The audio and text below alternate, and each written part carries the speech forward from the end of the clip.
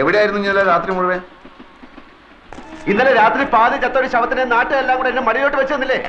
അവളെ താങ്ങി പിടിച്ചോണ്ട് ഞാൻ ആശുപത്രിയിലോട്ട് ചെന്നു. അവിടെ കുറെ പണ്ടാരങ്ങൾ എന്നെ പിടിച്ച് വലിച്ച് ആശുപത്രിയിലോട്ട് കയറ്റി. എന്നിട്ട് ഏതാണ്ട് ചവറ് പേപ്പറിലൊക്കെ ഒപ്പിടാൻ പറഞ്ഞു. ആ വെപ്രാളത്തിൽ ഞാൻ അവർ പറയുന്നിടത്തൊക്കെ ഒപ്പിട്ടു. അതോടെ ഞാൻ അവളുടെ നായരുമായി. എന്നിട്ട് ഈ പെട്ടി എന്റെ തലയിലോട്ട് വെച്ച് എന്നിട്ട് അവിടെ കുത്തിയിരിക്കാൻ പറഞ്ഞു. എങ്ങനെയെങ്കിലും ഇതും കൊണ്ട് രക്ഷപ്പെടാന്ന് വിചാരിച്ചപ്പോൾ നിന്റെ മുടിഞ്ഞ മാമ ഒലക്കയുടെ മൂടും അന്വേഷിച്ചോണ്ട് കുറെ പോലീസുകാരായിട്ട് അവിടെ കളഞ്ഞു നടക്കുന്നു. ഇനി അയാളുടെ കണ്ണി പെട്ടിട്ട് പുലിവാലാക്കണ്ടെന്ന് കരുതി നിധി കാക്കുന്ന ഭൂതത്തെ പോലെ ഈ പെട്ടിയും കെട്ടിപ്പിടിച്ചോണ്ട് ഞാൻ അവിടെ ഇരിക്കുക. നേരം വെളുത്തപ്പോ അവളുടെ തന്തയും കുറെ ആൾക്കാർ ഒരു പട പോലെ അലറി വിളിച്ചോണ്ട് ആശുപത്രിയിലോട്ട് വന്നു. ആ തന്ത എന്നെ കണ്ടത് അലച്ചു കയറി എന്റെ കാലിലോട്ടും പിന്നെ അവിടുത്തെ തലയും കുത്തി താഴോട്ടും. വെട്ടിയിട്ടവൾ ഒരു സൈഡിൽ പെണ്ണും അവസാനത്തെ വലി വലിച്ചോണ്ട് തന്ത അപ്പുറത്തും. ആ തക്കത്ത് ഞാൻ പെട്ടി എടുത്തോണ്ടെങ്കിൽ ചാടി. അവൾ ഏതാണ്ട് കോടീശ്വരന്റെ മകളാണെന്ന് പറഞ്ഞ അതിലുണ്ടോ ഇരുത്തി. നീ ആ പെട്ടി ഒന്ന് നോക്ക്, അതിനകത്ത് എത്ര രൂപയുണ്ടെന്ന് എനിക്കറിഞ്ഞൂടാ. ചെറുതാണെങ്കിലും വിലയുള്ള പെട്ടിയാ. അകത്ത് കാര്യമായിട്ട് എന്തെങ്കിലും കാണാണ്ടിരിക്കില്ല. നിനക്ക് എന്റെ പേരറിയോ? അപ്പക്കുട്ടൻ നായർ. അത് പണ്ട്. ഇപ്പൊ ആൽഫി. ആൽഫി അതെന്തോ തിന്നുന്ന സാധനത്തിന്റെ പേരല്ലേ? അല്ല, അത് കുൽഫി. അതെ, കുൽഫി. ഇത് ആൽഫി, ആൽഫ്രഡ് ഫെർണാണ്ടസ്. ആ പെണ്ണ് തന്തയായിട്ട് പിണങ്ങിയിട്ട് പ്രേമിച്ച് കെട്ടിയവന്റെ പേര്. അപ്പൊ അവനോട് പോയി? ഈടെ അവനെ ആരും കണ്ടിട്ടില്ല. അതല്ലേ എല്ലാരും കൂടെ എന്നെ പിടിച്ച് അവനാക്കിയത്. എന്നാലും അവനവിടെ പോയി? ഈടെ അവനെ ആരും കണ്ടിട്ടില്ലെന്ന്. ഈ പെണ്ണ് മാത്രമേ കണ്ടിട്ടുള്ളൂ. അവള് കണ്ണും മൂക്കും തളർന്ന് നടക്കുന്നവര് വാ തുറന്നൊന്നും മിണ്ടാൻ കഴിയുന്നില്ല. എന്റെ ഗതികളല്ല എന്ത് പറയാൻ. എന്നാലും അവനവിടെ പോയി? അവനെ കണ്ടിട്ടില്ലെന്ന് പറഞ്ഞാ തുറന്നു. ഇതെന്താ വലിയ പെട്ടിക്കകത്തൊരു ചെറിയ പെട്ടി? വെട്ടിയല്ലടാ, കമ്പ്യൂട്ടർ.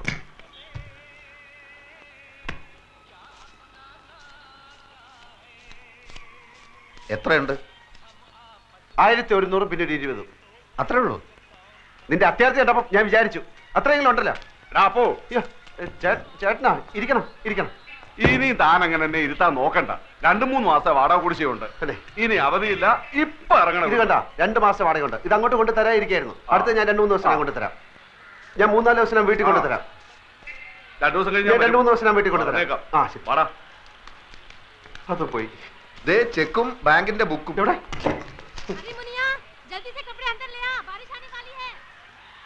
എന്റെ അമ്മോ, 23 ലക്ഷം അവളുടെ അക്കൗണ്ടിൽ ബാങ്കിലുണ്ട്. പടച്ചോനെ, 23 ലക്ഷം. ചെക്ക് ബുക്ക് ഉണ്ട്, നമുക്ക് എഴുതി എടുക്കാം. എഴുതി അങ്ങോട്ട് കൊടുത്ത ഉടനെ കാശ് എടുത്തരാൻ നിന്റെ പാപ്പ അവിടെ മാനരാ? ഒരു വസ്തു അറിഞ്ഞൂടാ. ഇവിടെ അവള് ചെക്കിൽ ഒപ്പിടണം. മണ്ടമുത്തപ്പ. ഓളും ബാപ്പയും മയ്യത്താവുന്നല്ലേ ഇനി പറഞ്ഞത്?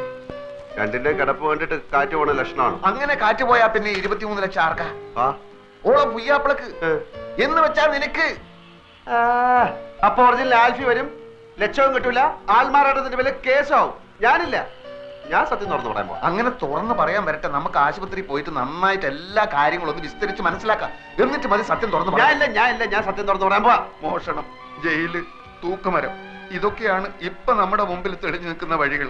വേറെ ഏതെങ്കിലും ഒരു വഴി കൂടി ഒന്ന് ശ്രമിച്ചു നോക്കുന്നതിൽ എന്താ കുഴപ്പം? വേറെ ഏതെങ്കിലും ഒരു വഴി കൂടി ഒന്ന് ശ്രമിച്ചു നോക്കുന്നതിൽ എന്താ കുഴപ്പം? ആ വഴി കൂടെ പോയിട്ട് നമ്മൾ ബന്ധപ്പെടുന്ന ഈ വഴിയിലാണെങ്കിൽ പിന്നെ നമ്മൾ ഏത് വഴിയിലായി പോവും?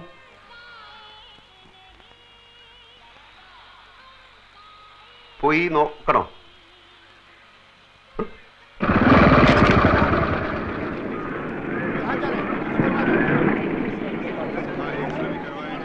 ഈ ബൈക്ക് പിടിക്കാൻ നടക്കുന്ന മാർവാടികളുടെ ഗുണ്ടകൾ വല്ലതും ഉണ്ടോ എന്ന് നോക്കിക്കോളി. ഇല്ല.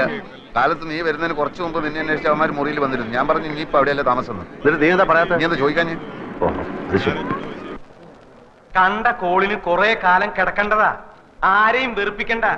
ബാഗിനകത്ത് മൂടി വെക്കാനല്ല, കാശും തന്ന് തന്നെ കണക്കപ്പിള്ളാന്ന് പറഞ്ഞ് ഇവിടെ കുത്തി നിർത്തിയിരിക്കണേ. ആവശ്യത്തിന് കൊടുക്കാനാ. ഇവിടുത്തെ പണിക്കാരെ ആരെന്ത് ചോദിച്ചാലും അത് അങ്ങോട്ട് കൊടുക്കുക. അയ്യോ, എവിടേക്കാ പോണേന്ന് വെച്ചാ പറഞ്ഞിട്ട് പോണ്ടേ. ഫോൺ നമ്പറും ഇല്ല, അഡ്രസ്സും ഇല്ല.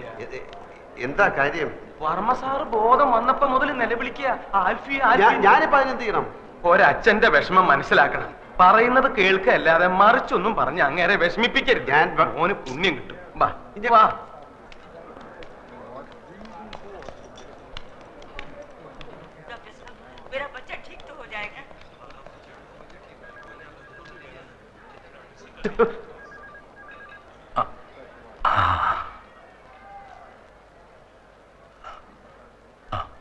അടുത്ത് വരൂ.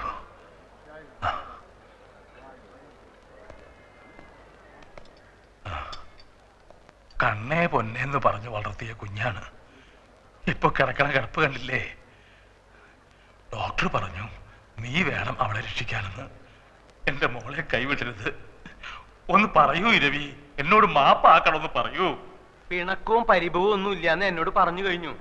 എല്ലാം ഞാൻ പറഞ്ഞു മനസ്സിലാക്കിച്ചോളാം. വർമ്മ സാറ് വെറുതെ വിഷമിച്ച് പ്രഷർ കൂട്ടണ്ട. ആ, അത് കേട്ടാ മതി എനിക്ക്. 100. ഉം.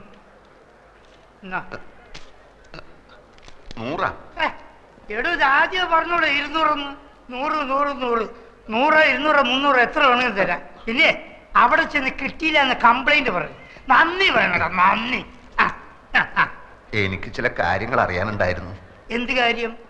ചന്ദ്രയ്ക്ക് രാവിലെയാ ബോധം തെളിഞ്ഞത്. എല്ലാം കാണാം, എല്ലാം കേൾക്കാം, എല്ലാം മനസ്സിലാക്കാം, പക്ഷെ സംസാരിക്കാൻ കഴിയില്ല. കഴുത്തിന് താഴെ ആകെ തളർന്നിരിക്കുക.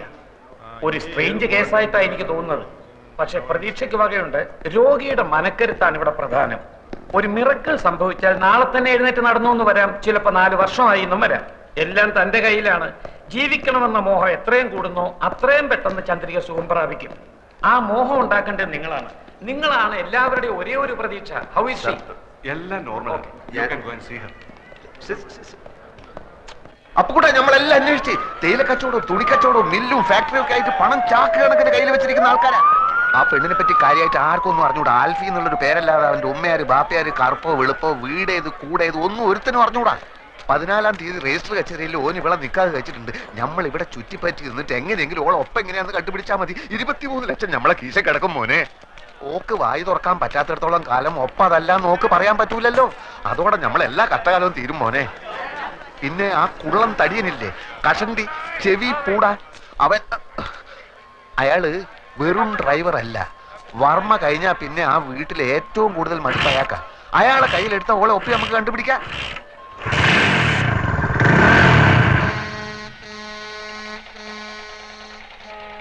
ഇനി എന്താടാ ഒന്നും മിണ്ടാത്തത്? നീ പടച്ചോനെ കണ്ടിട്ടുണ്ടാ? ഇല്ല, കണ്ടിരുന്നെങ്കിൽ ഒന്ന് ചോദിക്കായിരുന്നു. എന്തിനാ ഇങ്ങനെ എന്നെ പടച്ചു വിട്ടതെന്ന്. എന്നാ പടച്ചോനെ നമ്മള് കണ്ടിട്ടുണ്ട്. എവിടെ വെച്ച്? പലയിടത്തും വെച്ച്, പല രൂപത്തിൽ. ഒരിക്കല് ബസ്സിൽ ടിക്കറ്റ് എടുക്കാൻ 20 പൈസ കുറവായപ്പോ സ്കൂളിൽ പഠിപ്പിച്ച പണിക്കര മാഷ രൂപത്തിൽ വന്ന് 20 പൈസ തന്ന്. പിന്നൊരിക്കൽ എടപ്പള്ളി പെരുന്നാളിന് കാശില്ലാണ്ട് ബെശന്ന് വലഞ്ഞപ്പോ ഒരു ദുബായിക്കാരന്റെ രൂപത്തിൽ വന്ന് ബിരിയാണി വാങ്ങി തന്നു. അങ്ങനെ കഷ്ടപ്പെടുന്ന നമ്മളെ മുമ്പിൽ പല രൂപത്തിലാണ് പടച്ചോൻ വരിക. ഇപ്പൊ ഈ ചന്ദ്ര എന്ന് പറയുന്ന പെണ്ണിന്റെ രൂപത്തിലാണ് വന്നിരിക്കുന്നത് എന്ന് വെച്ചോളി.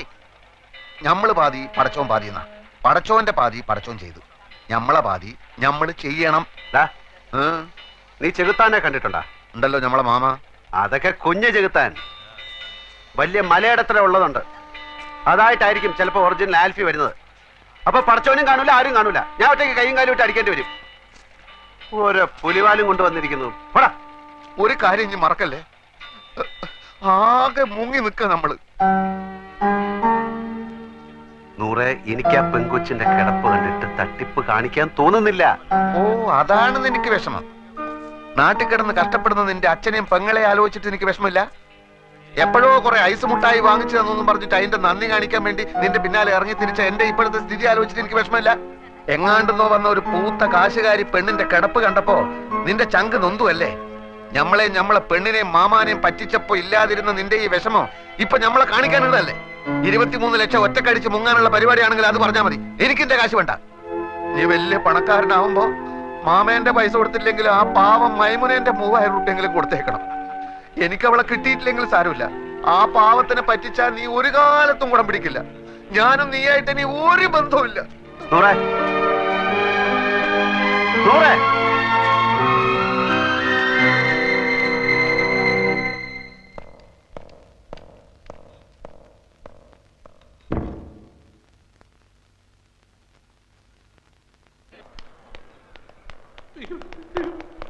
സാർ, എന്നോട് ക്ഷമിക്കണം. ഞാൻ അറിഞ്ഞില്ല സാർ ഇത്രയും വലിയൊരാളാണെന്ന്. ചന്ദ്രയുടെ ഭർത്താവാണെന്ന് ഒരു വാക്ക് പറഞ്ഞിരുന്നെങ്കിൽ കണ്ണും പൂട്ടി ഞാൻ അപ്പോഴേ ലോൺ തരുമായിരുന്നല്ലോ. സാറിന് എത്ര രൂപ ലോൺ വേണം? ഞാൻ ഇന്ന് തന്നെ സാങ്ഷൻ ചെയ്ത് തരാം. അപ്പൊ ലോൺ കിട്ടുമോ? ഞാൻ ഈ വർക്കീസാണ് പറയുന്നത്. നാളെ രാവിലെ ബാങ്കിലോട്ട് വാ. ലോൺ ഞാൻ ശരിയാക്കി തരാം. സാർ ഒരു ഒറ്റ ഒപ്പിട്ട് തന്നാൽ മതി. എന്റെ കുഞ്ഞുങ്ങളാണ് സത്യം. അല്ലെങ്കിൽ വേണ്ട, ഫോം ഞാൻ ഇങ്ങോട്ട് കൊണ്ടുവരാം. വേണ്ട, ഞാൻ അങ്ങോട്ട് വരാം. എന്നോട് ഒരു വിരോധവും മനസ്സിൽ തോന്നരുത്. സാറിന്റെ ചന്ദ്ര ടെക്സ്റ്റൈൽസ് കമ്പനിയുടെ മുഴുവൻ അക്കൗണ്ടും ഞങ്ങളുടെ ബ്രാഞ്ചിലാണ്. ദയവ് ചെയ്ത് അതൊന്നും പിൻവലിക്കരുത്. ബ്രാഞ്ച് പൂട്ടിപ്പോകും. ബാങ്കിന്റെ ഭാവി അല്ലേ സാർ ഞങ്ങളുടെ ഭാവി. അതൊന്നും പേടിക്കണ്ട. ലോൺ ശരിയാവോ? എന്തിനാ സാർ സംശയം? വർഗീസിന്റെ വാക്കാണിത്. അപ്പൊ നാളെ ഞാൻ ബാങ്കിൽ വരാല്ലേ? അയ്യോ, ധൈര്യമായിട്ട് വരണം സാറേ. ഞാൻ മനസമാധാനമായിട്ട് പൊയ്ക്കോട്ടെ.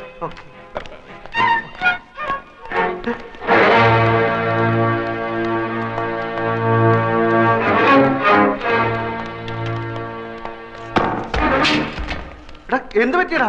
എന്ത് നമ്മൾ ഈ പെട്ടിയിലെ സാമാനങ്ങൾ വിൽക്കാൻ നോക്കിയ चंद्रा कौन है? What's the matter?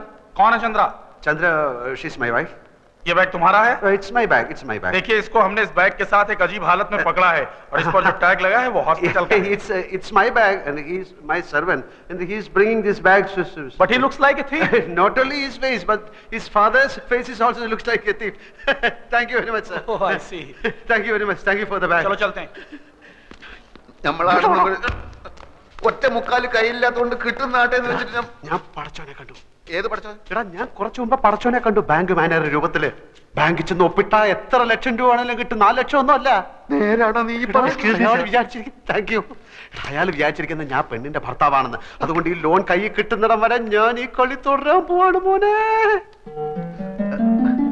ഇനിയിപ്പെങ്കിലും നല്ല ബുദ്ധി തോന്നിയല്ലടാ മോനെ.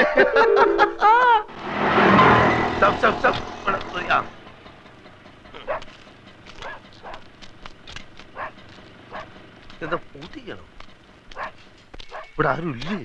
இங்க யாரும் கிடையாது சார். அவங்க வீட்டை காலி பண்ணிட்டு போயிட்டாங்க. எங்க தெரியாதுங்க.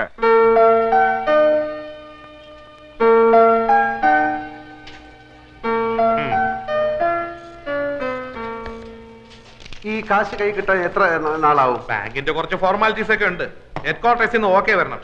ഞാൻ റെക്കമെൻഡ് ചെയ്താൽ പ്രശ്നമൊന്നുമില്ല. എന്നാലും കുറച്ച് ഫോർമാലിറ്റീസ് ഒക്കെ എളുപ്പം വരുമല്ലോ അല്ലേ? സാറിന്റെ കാര്യത്തിൽ ഞാൻ ഉഴപ്പുവോ? ഏറിപ്പോയ ഒരാഴ്ച. ഓ, മതി മതി. പിന്നെ ഞാൻ ആശുപത്രി വരാം. എന്തിന്? അമ്മാവനോട് റെക്കമെൻഡേഷൻ. ചന്ദ്ര ടെക്സ്റ്റൈൽസിന്റെ അക്കൗണ്ട് മാത്രമേ ഇവിടെ ഉള്ളൂ. ചന്ദ്ര ടീയുടെ അക്കൗണ്ട് യൂണിറ്റി ബാങ്കിലാണ്. അതിങ്ങോട്ട് മാറ്റി കിട്ടിയാൽ അമ്മാവന് സുഖമല്ലായിരിക്കില്ലേ? ഇപ്പൊ വേണ്ട, ഞാൻ സൗകര്യമായിട്ട് ഒരു ദിവസം ആശുപത്രി വരാം. നല്ല മൂടി ഇരിക്കുമ്പോ നമുക്ക് പറയാം. ആ അക്കൗണ്ട് ഇങ്ങോട്ട് മാറ്റി കിട്ടിയാൽ എന്റെ പ്രൊമോഷന്റെ കാര്യം ഷുവറാ. പിന്നെ സാറിന് ഞാൻ ലോണെന്നും പറഞ്ഞ് 50-60 ലക്ഷം എഴുതി തരും. സമയാവട്ടല്ലേ? ഇതിന്റെ കാര്യം ഒരാഴ്ച.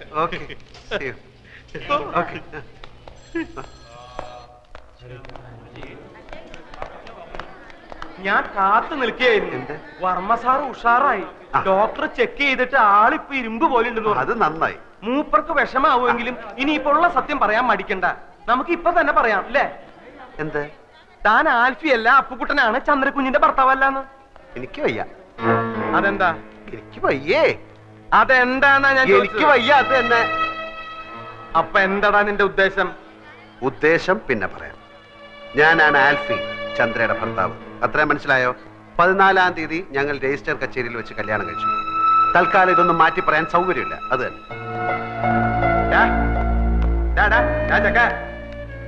നീയല്ലേ പറഞ്ഞ സത്യം പറയാൻ പോവാന്ന്? താനല്ലേ പറഞ്ഞ സത്യം പറയണ്ടെന്ന്? അതപ്പോ. എന്നാ ഇതിപ്പോ.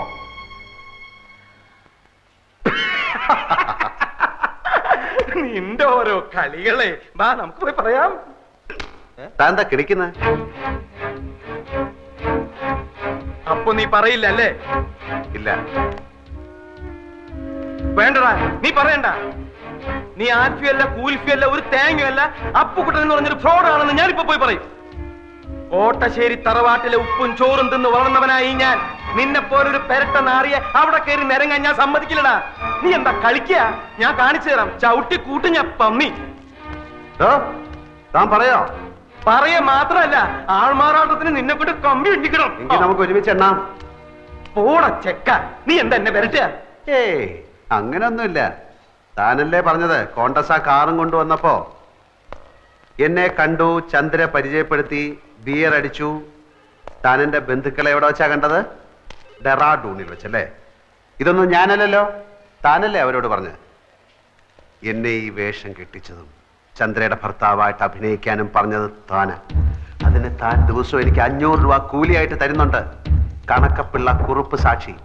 എന്നിട്ട് അങ്ങേരത് ഇത് ഏത് കണക്കിൽ എഴുതണമെന്ന് ചോദിച്ചപ്പോ അയാളുടെ അമ്മായിയമ്മയുടെ പ്രസവത്തിന് പലഹാരം വാങ്ങിച്ച കണക്കിൽ എഴുതാൻ താൻ പറഞ്ഞില്ലേ? നീ എന്തൊക്കെയാടാ ഈ പറയണേ? ഞാൻ പറഞ്ഞു കഴിഞ്ഞില്ല, താൻ മുഴുവൻ കേക്ക്. താൻ എന്നോട് പറഞ്ഞു അവള് തട്ടിപ്പോവും, അത് കഴിഞ്ഞ് താൻ ആ കിളവന് വിഷം കൊടുത്ത് കൊല്ലും, അപ്പൊ ഭർത്താവ് നിലയ്ക്ക് എനിക്ക് ആ സ്വത്ത് കിട്ടും, അപ്പൊ ഞാൻ അതിന്റെ പകുതി തനിക്ക് തരണമെന്ന്. എടാ ദ്രോഹി, നിന്റെ നാക്ക് പുഴുത്തു പോവും. ഞാൻ എപ്പോഴാടാ ഇതൊക്കെ പറഞ്ഞത്? താൻ പറഞ്ഞില്ല, പക്ഷെ ഞാൻ പോയി പറയും താൻ പറഞ്ഞു എന്ന്. എന്നിട്ടിപ്പോ ആ സ്വത്ത് പങ്കുവെക്കുന്ന കാര്യം പറഞ്ഞ് നമ്മൾ തമ്മിൽ പിണങ്ങിയപ്പോ താൻ എന്നെ കള്ളനാക്കി കാണിക്കാൻ ശ്രമിക്കുന്നു എന്ന്. ഇതിനൊക്കെ സാക്ഷികളുണ്ട്, തെളിവുണ്ട്. ഇനി താൻ പോയി പറയണോ ഞാൻ ആ പെണ്ണിന്റെ ഭർത്താവ് ആൽഫി അല്ല അപ്പുക്കുട്ടനാണെന്ന്. ആ വർമ്മ തന്റെ മുഖത്ത് കാർക്കിച്ച് തുപ്പും, ആ തടിയന്മാർ തന്നെ ഇടിച്ച് പഴിപ്പിക്കും. എന്നിട്ട് ആൾമാറാട്ട കേസിൽ നമുക്ക് രണ്ടുപേർ കൂടെ അകത്ത് കിടന്ന് ഗോതമ്പ് ഉണ്ടെന്ന് ഇരുമ്പഴിയേണ്ടി കളിക്കാം. പോയി പറയടോ, പോയി പറയടോ. എടോ, നമ്മുടെ കോൺഗ്രസ്സാക്കാരിൽ പോയിട്ട് ഡീറേഴ്സില്ലേ, പോയി പറയടോ. എനിക്ക് മുകളിൽ ആകാശവും താഴെ ഭൂമിയാണ്, എനിക്കൊന്നും നോക്കാനില്ല. പോയി പറയടോ, പോയി പറയടോ. ഞാൻ എന്റെ വൈഫിനെ ഒന്ന് കണ്ടിട്ട് വരാം. അതിനിടയ്ക്ക് തനിക്ക് വർമ്മ സാറിനോട് വല്ലതും പറയാനുണ്ടെങ്കിൽ താൻ പറ, ബാക്കി ഞാൻ വന്നിട്ട് പറയാം. കോൺഗ്രസ്